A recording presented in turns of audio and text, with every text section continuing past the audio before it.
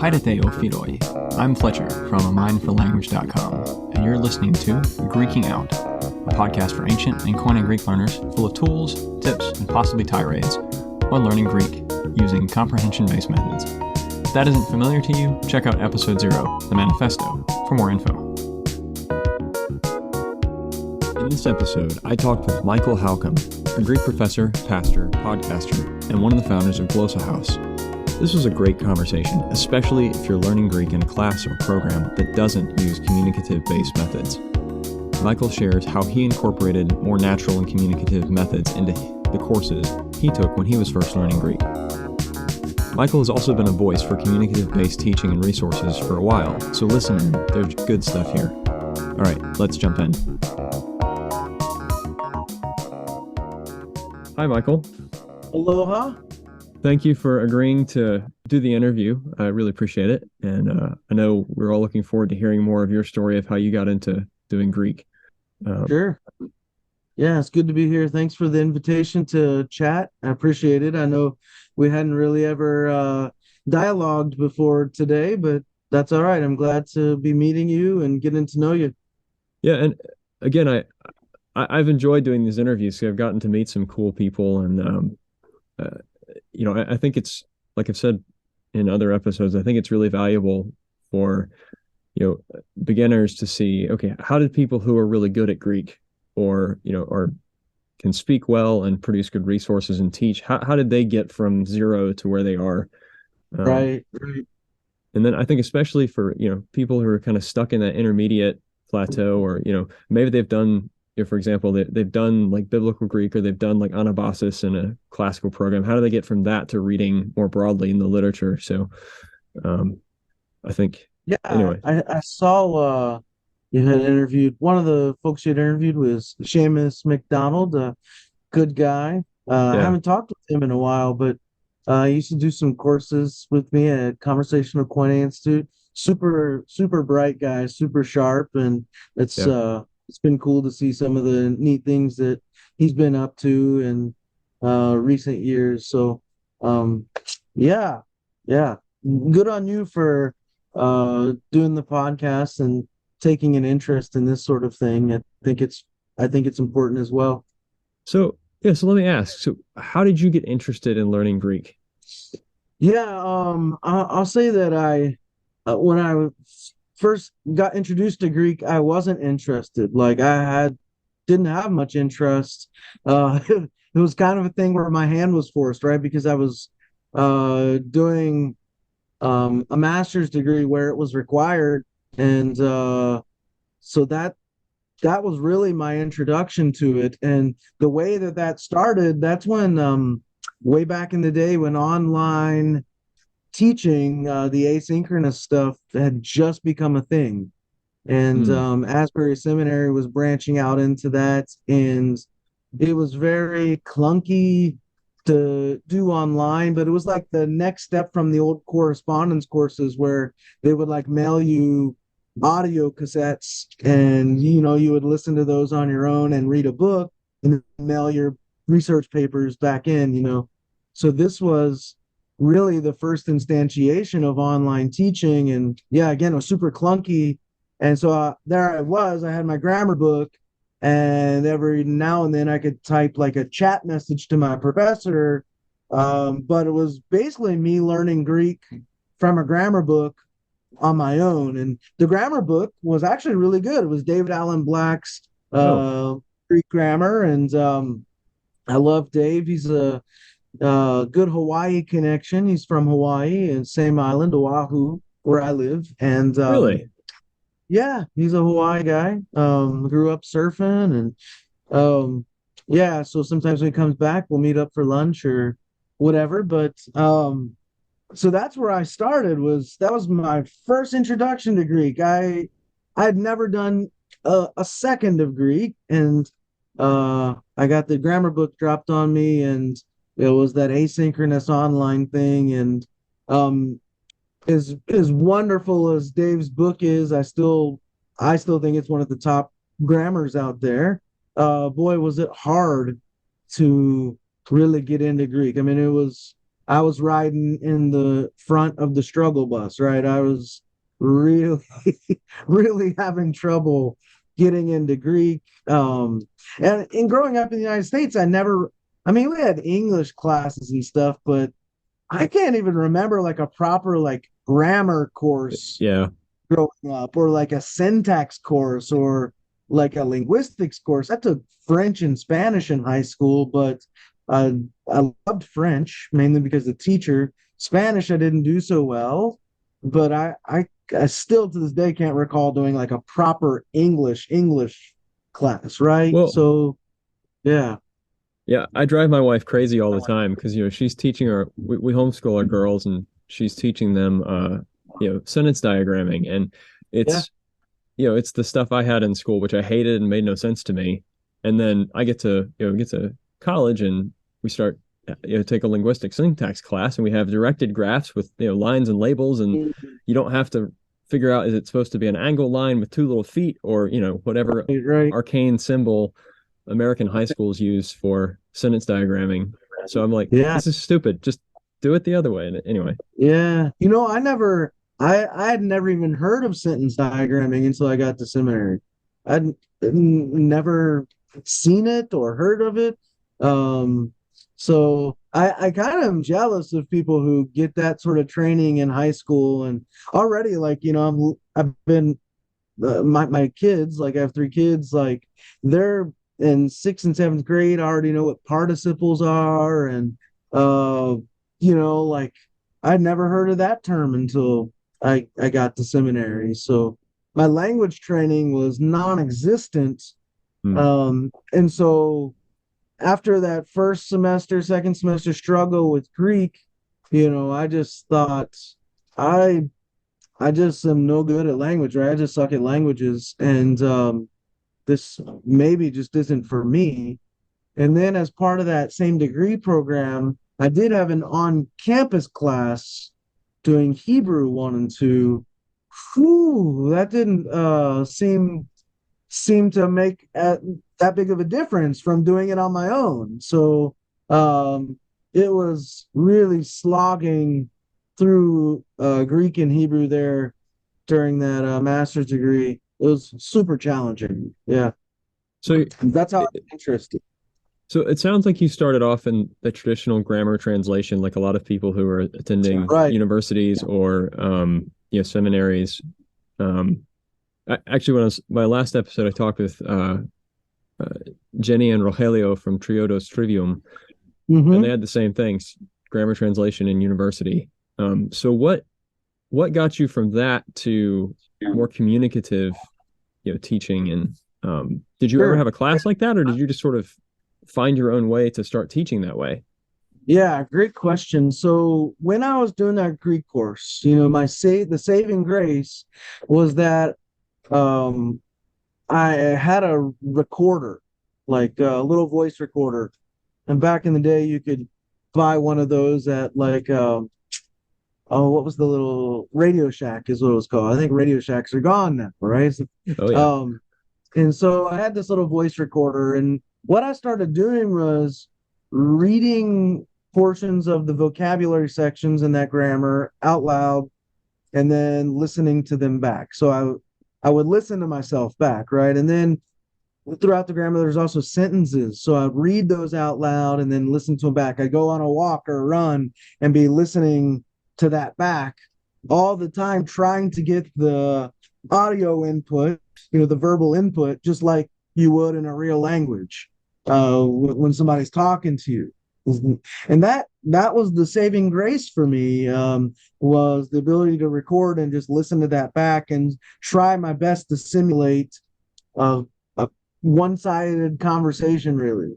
Um, and so time went by. I didn't really keep up with a lot of Greek. I took a year off between that master's degree and my PhD program. And when I went back to the PhD program, like Asbury's PhD program is super language heavy. Hmm. So in your first year, you're going to be working with six, maybe seven languages. and you have to show proficiency or you're out, right? So in your first semester, like I was a New Testament student and a biblical studies PhD with a focus on New Testament, right? So for me in my first semester, by the end of my first semester, I had to pass an advanced Greek course. So you have to do an advanced course in the language of your testament that you're focusing on. So for me, that was Greek. And then also by the end of that first semester, you have to have completed an intermediate course in the language of the testament that's not your focus. So for me, Hebrew. And then at the end of that first semester, you also have to pass your French competency exam. Second semester, you have to take Aramaic 1 and pass that. And you also have to, at the end of that semester, pass your German competency exam.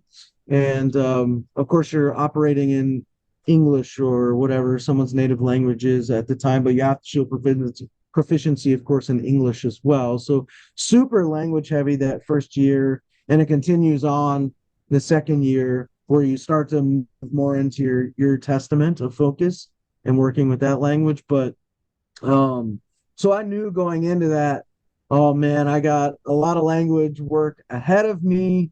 And so I managed to get through that first semester.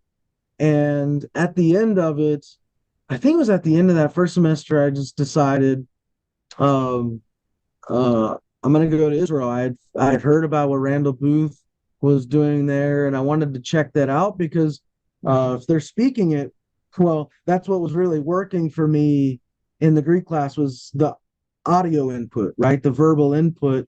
So if there's people speaking it, I want to go to where I can get a bunch of verbal input. And so I went to one of the seminars in Jerusalem for a month by myself, stayed there for a month and went through the courses and started to have a paradigm shift of sorts, realizing, I don't suck at languages. I'm actually pretty good at them.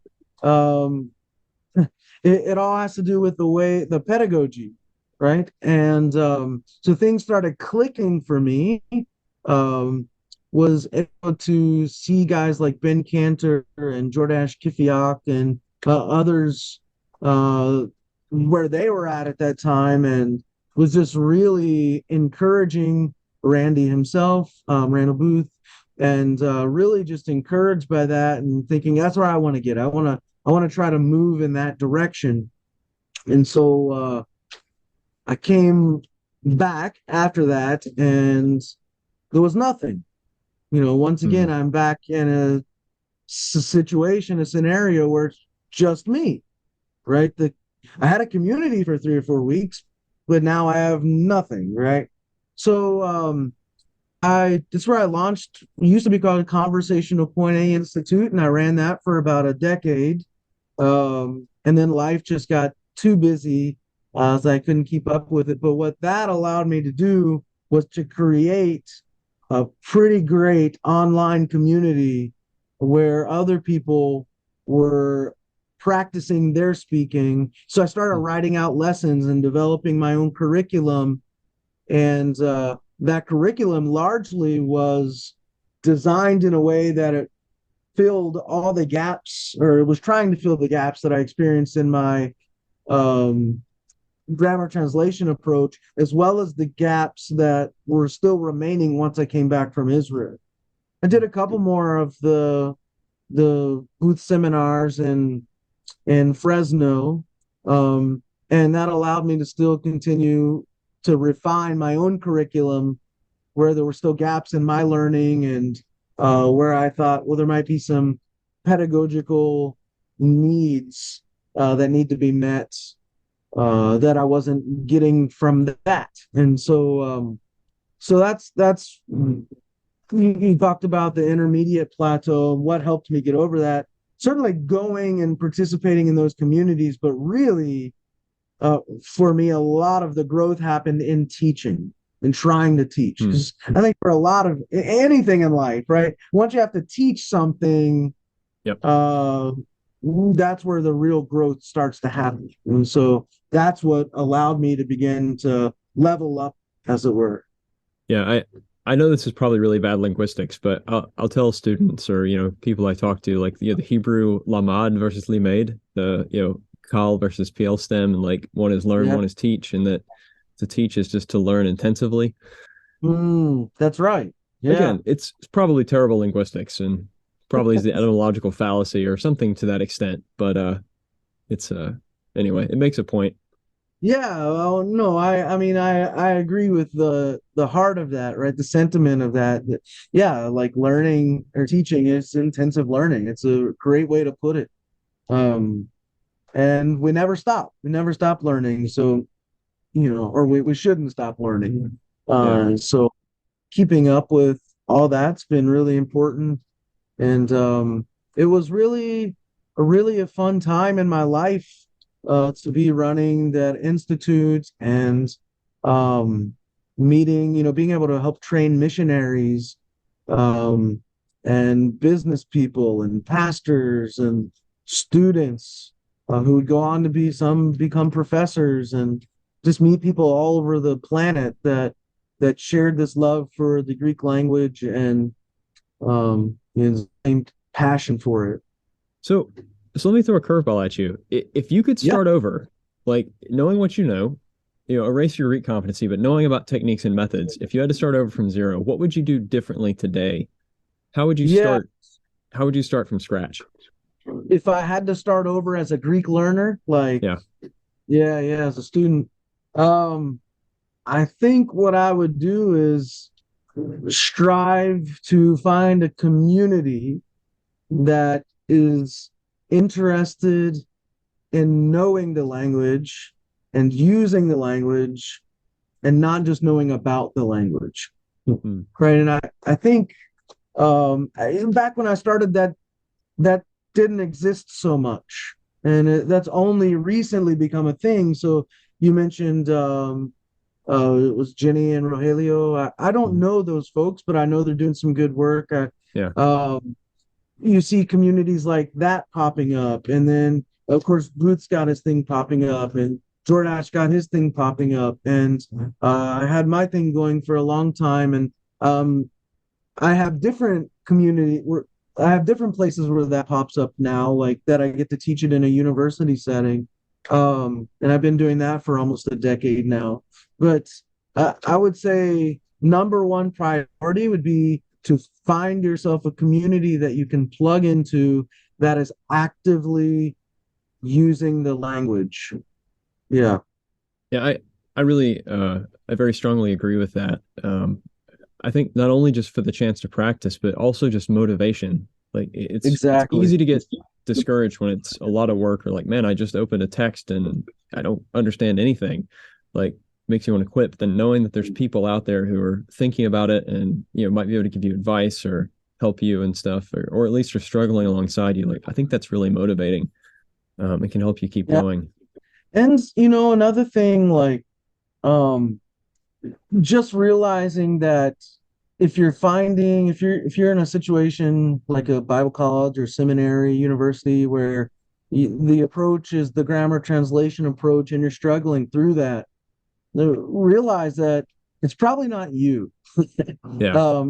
It's the pedagogy, right? So I had nobody to tell me that. Like I thought I was bad at languages. Turns out I'm not. Like I'm pretty good at languages. And once that clicked for me, everything changed. So, realizing that the pedagogy is super important and that we're all in some way wired to to use languages and learn languages, and that we all are in a way wired to be good at it. And it just matters the community that we're in, who's teaching us, the approaches being used. And so you talk about motivation, that's what just made me think of that. I had nobody to motivate me and tell me, no, Michael, like I think you're pretty good at that or pretty good at this. You may be struggling, just stick with it.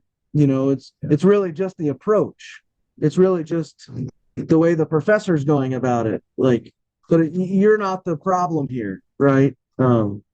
Yeah. So I would have given anything to have that at the start of, the biblical, learning the biblical languages, or given anything for that. Well, and as you're talking, just sort of thinking about the story you've told, you took a grammar translation class and in a small way using your voice recorder, you transformed it into a more communicative class. And so I'm assuming that would actually be a good approach too for students who are stuck in a grammar Yeah. translation method to think, okay, what can I do with my professor? Maybe I can talk to the professor, or if not, like, what can I do with the books and things that I'm required to use to transform Yeah. them into something more communicative? Or maybe there's another student that might be interested in working Exactly. together. Yes. Yes. Yeah. I was just guest lecturing in a Greek class last semester for another professor, and uh, one of the talking points was exactly that. What are some tips you would give to students, right? And my first one was record yourself and listen to that back as much as you can. And the second thing, if there are others, get together in pairs or in small Hmm. groups, even if it's online, once a week, an hour a week, and just practice trying to talk to each other. There's been this sort of maxim that's been floating around the communicative circles. It's I think it's Martin Luther or Augustine taken out of context and applied to language learning, but this idea of when it comes to language learning, sin boldly, or language use, sin boldly. I think it was Randy Booth who was had who said that often. Like, in other words, just go for it. Like, Yeah. don't be afraid to mess up, because it takes thousands and thousands of errors and mess ups to really truly get to proficiency in a language. And so in my own Greek classes now, taught at seminary and university levels, one of the things that I do, I don't give quizzes and I don't give exams. And it Right. immediately takes the pressure off, right? Because that's antithetical to language learning, where you actually have to mess up to learn a language. So how am I going to count off when the point is to mess up so you can learn a language, right?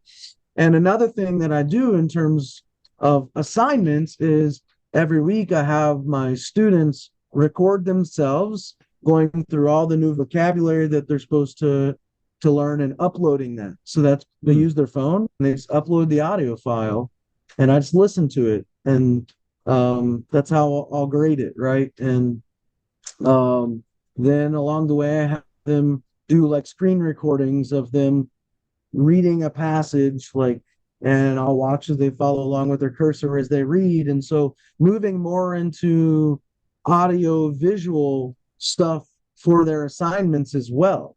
And that helps bake that speaking and listening in, even if they don't have classmates that they're practicing with. Yeah, that's great. I listened to you. I think you had a podcast episode of yours a couple of days or a week or two ago where you talked about that, like not giving quizzes and exams. And I think Mm, it's great because it takes that, like, we have that emotional, like, affective filter or yeah, whatever, and it takes the stress out. So it's like people can relax and just let their brains, like, soak in yes. language and acquire it naturally. So yeah. Yes. Yeah. Yeah. So I love that, and the students love it. They're grateful that there are no quizzes and no exams. And people might, be listening and think, well, doesn't doesn't that like allow them to slack off? I've found the exact opposite to be true, that they take a greater interest in the language, and they get their work in on time. And I haven't had any issues with that, you know.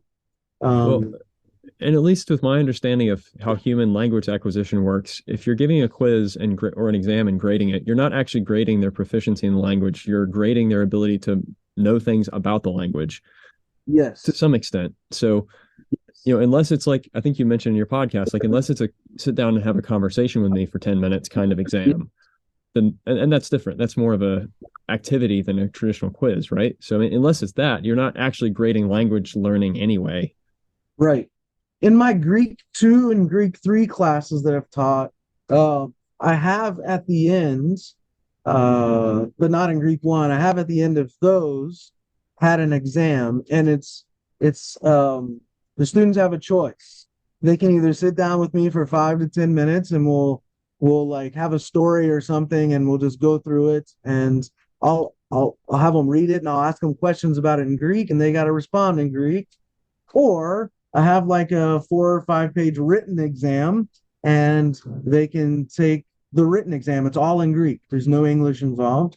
So, and believe it or not, I've had a few students opt for the Greek written exam and take it, just because they're more comfortable with that sort of thing. But, um, it's fun. I think even with those exams, there's not really a lot of edge, and a lot of stress going into them because they're well prepared and they know what to largely expect.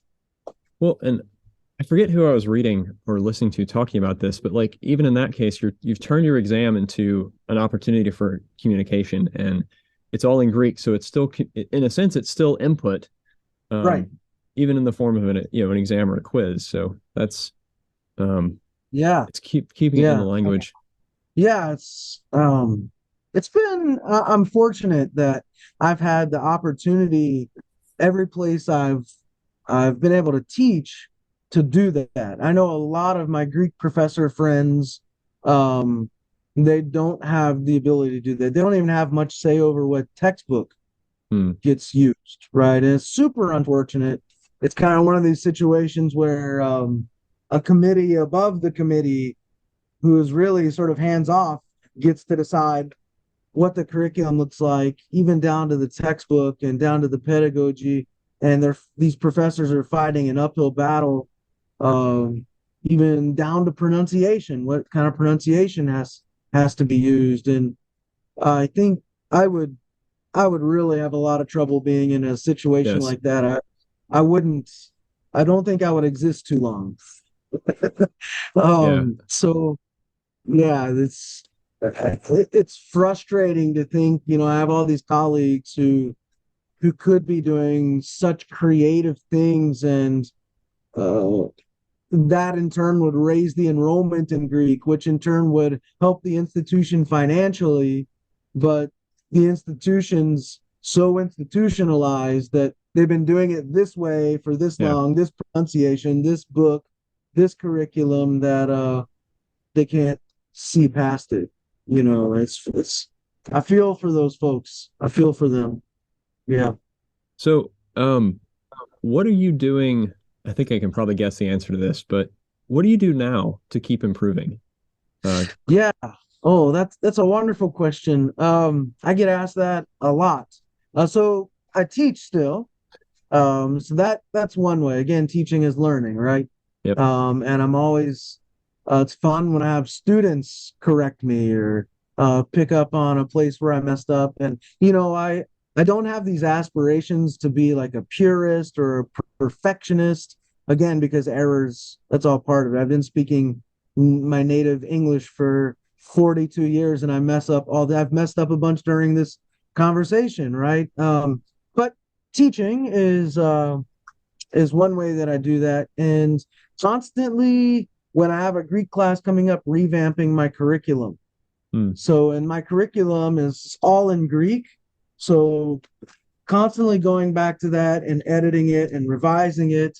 So, that's another thing. But I'm a full-time pastor.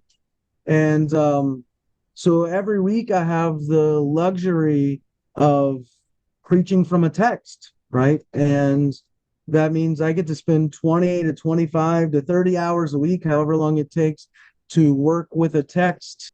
I get to spend that amount of time dealing with Greek and Greek words and Greek concepts, or Hebrew words and Hebrew concepts. And I translate. So, our church services on Sunday, if you were to visit, we put the text up on the screen and we have a little app we use. And the translation there is my translation, which is really fun. That, and what I found is that in doing that over the long haul, it nurtures this kind of climate or atmosphere or community where people are suddenly intrigued. Well, your translation, pastor, looks really different than the NIV or ESV that I'm reading. Why is that? right? So they start to ask these questions. What's the Greek say here?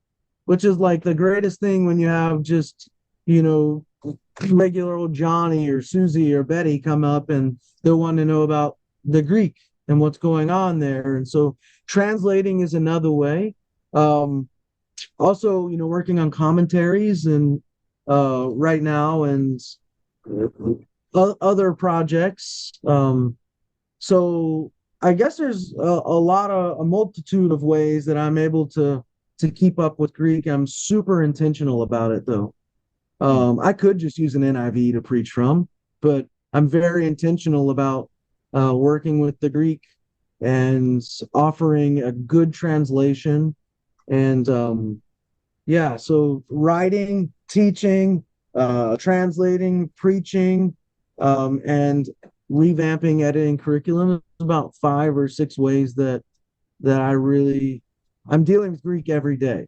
There's not really a day that goes by where I'm not into a Greek text or when I'm preaching through an Old Testament passage, Hebrew.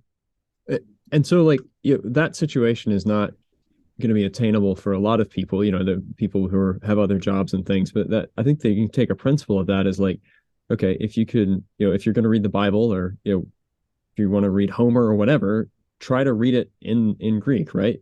Try to write notes to yourself in Greek, or, do as much as you can of your life and your work in Greek as you can. That's essentially Yes. what you're saying, if I could summarize. Yeah, I've just short of having a community or surrounding me to immerse myself in it, I just find other ways to immerse myself in it, right? Yeah. And it just takes being intentional. Like that's really what it boils down to, the sort of motivation theory and intentionality. And yeah, it's a part of my life. I love the languages and super intentional about staying embedded in them and getting them embedded in me. Um, yeah. So let me hit you with one more. I think I probably have two more questions, but Okay. Yeah. what are your favorite tools or resources for Greek at the moment? Give you like your top three. Yeah. Yeah. So I've been for the last 20 years a hardcore BibleWorks user. And I don't know if a lot of your listeners will know about BibleWorks, but this old Bible software, and it went out of business, I guess, Yeah. a decade ago. I don't know how long it's been, but every computer I've had since I've had a computer, I've had BibleWorks on, except this one that I'm using right now to talk to you. It's the first computer I haven't installed BibleWorks on, and that's I've switched over to stepbible.org. Okay. So that's my number one go-to resource when I'm working with the languages these days or doing anything uh, with the text of scripture or other ancient texts, right? So uh, stepbible.org, it's free. Uh, it's wonderful. And hopefully I've been talking with Dave Instone Brewer, who's launched that project, and um, Mark Cannon, who used to work for BibleWorks, is now working with them. And um, there's been some discussion about possibilities of some things I can do to help them in the future to make that program a little better. But I'd highly recommend that to everyone. When I'm working with because I'm doing commentary writing, like right now I'm preaching through the Gospel of Mark and working on a commentary on the Gospel of Mark. Um, Essentially every episode or passage in Mark's Gospel is going to have multiple links back to the Old Testament. And so I find myself working still with Hebrew a lot. Um, and another resource that I often check out is also created by David Instone Brewer. It's called Two Letter Lookup. And so I'd highly recommend that to your listeners as well. It's really, you can use that for Greek and Hebrew. I think even Latin, maybe. Essentially, you can go in and start typing like the first 2 letters of any Greek or Hebrew root, and then boom, like it populates all the possible vocabulary and gives you the lexical information Hmm. for that. So That does sound nice. yeah, stepbible.org, two-letter lookup. I think it's .com. Um, and I guess the third thing I would say is just GlossaHouse resources. So I started GlossaHouse with Fred Long about Fred's a professor at Asbury Seminary about 11, 12 years ago. And we are constantly putting out new biblical language resources, um, print, audio, video, and we are on the cusp.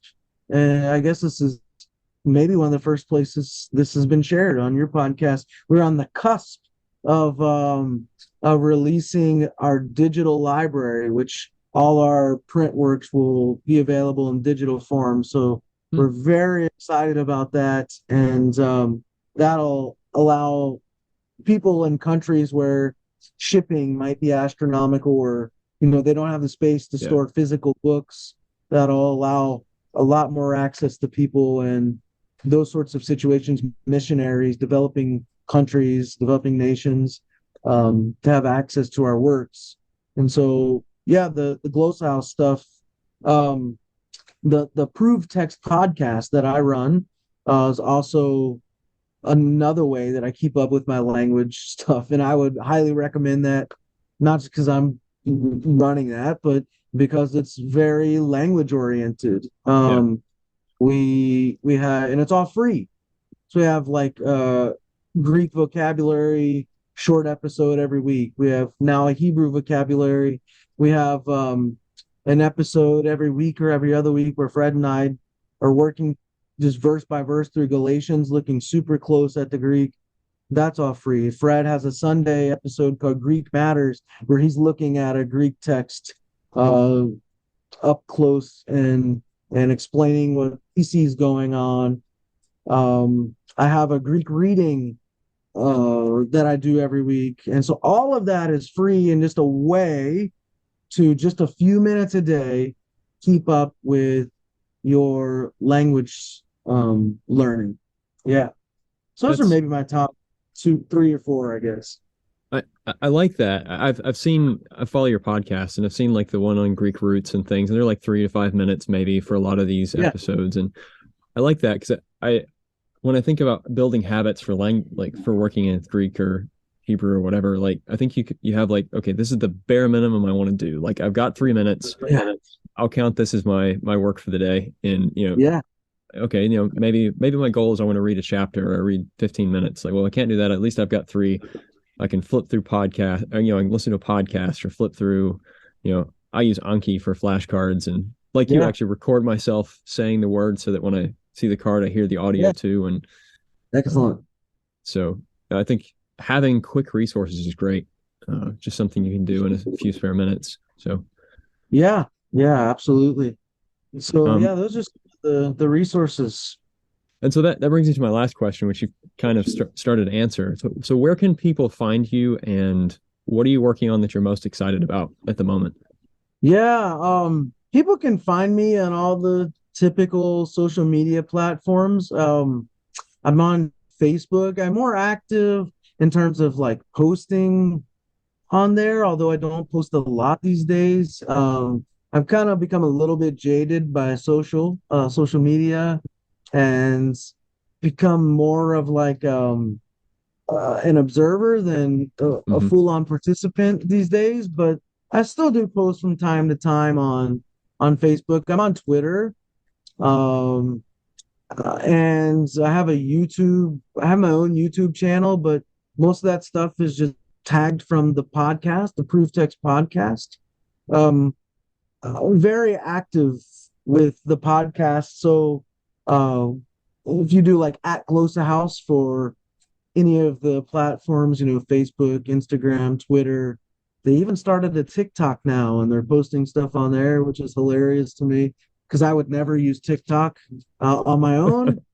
Um, so maybe I'm missing something there, but I have a personal Twitter. I haven't posted on there in years. I have a photography Twitter or photography Instagram called Aloha Outsider.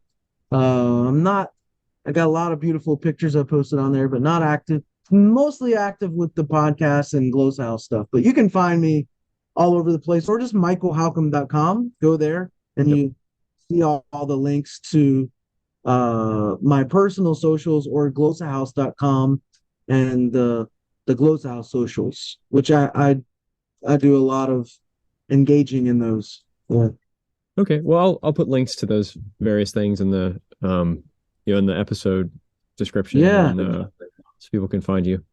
Yeah, so your other question, working on, I just mentioned, yeah, I'm working on a commentary on Mark.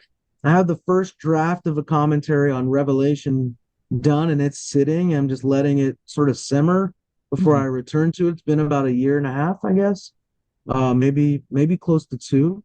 My commentary on First Corinthians just came out with Seabed, which is exciting.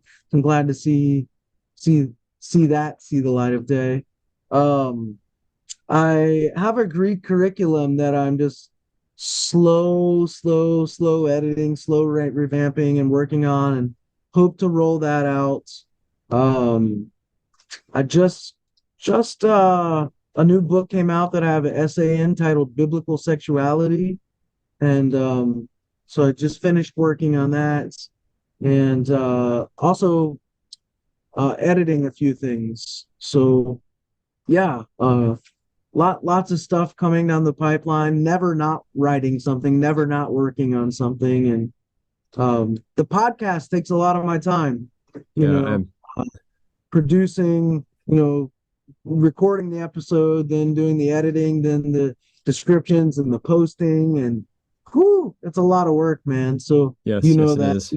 goes into a podcast, but um, yeah. So yeah, it's exciting stuff. And just met with someone yesterday. Um, and I can't say much about this because I don't know exactly where it's going to go, but um, in discussion about the development of a new app, and I got to play around with the app, and it's amazing where it's at right now for Koine, that is quite like Duolingo. So I'm hoping that I'll have some role in this, and my dream would be that this would make its way out under the umbrella of GlossaHouse, but I don't know. We'll see. Um, but that's been super exciting to see that, and the thoughts of potentially having input and part on that. I don't know where that's going to go, but that's something else that's in the works. We'll see. Yeah. Well, I really appreciate you taking the time to sit down and chat, and it sounds like you're have a lot on your plate. And so yeah, thank you very much for taking the time. Yeah, it's nice meeting you, Fletcher. I hope it's been helpful to a listener or two out there, and I'm grateful for the invite and the opportunity to share some of my own story and my own learning journey. I appreciate it. Thank you very much. All right. Well, thank you. All right, take care. Aloha. Intro and outro music is Funky Thanksgiving by Admiral Bob, used with gratitude under Creative Commons 3.0 Attribution License. The track can be found at dig.ccmixer.org.